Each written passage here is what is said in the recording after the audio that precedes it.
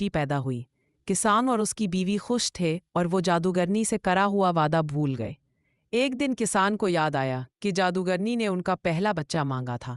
یہ یاد آتے ہی میاں بیوی اداس ہو گئے اور انہوں نے آپس میں مشورہ کیا کہ ہم اپنی بیٹی جادوگرنی کے حوالے نہیں کریں گے اور یہاں سے کہیں دور جائیں گے جہاں جادوگرنی ہمیں ڈھونڈ نہ سکے۔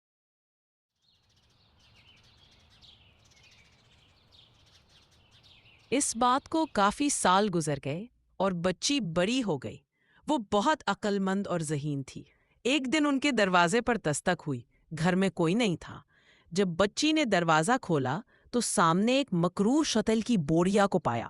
بچی اسے دیکھ کر گھبرا گئی اور فوراً دروازہ بند کر دیا۔ گھر آ کر کسان اور اس کی بیوی نے اپنی بیٹی کی یہ حالت دیکھی تو گھبرا گئے۔ بیٹی نے انہیں سب کچھ بتایا۔ میاں بیوی اداس ہو گئے۔ بیٹی نے ماں سے پوچھا تو پتا چلا کہ بابا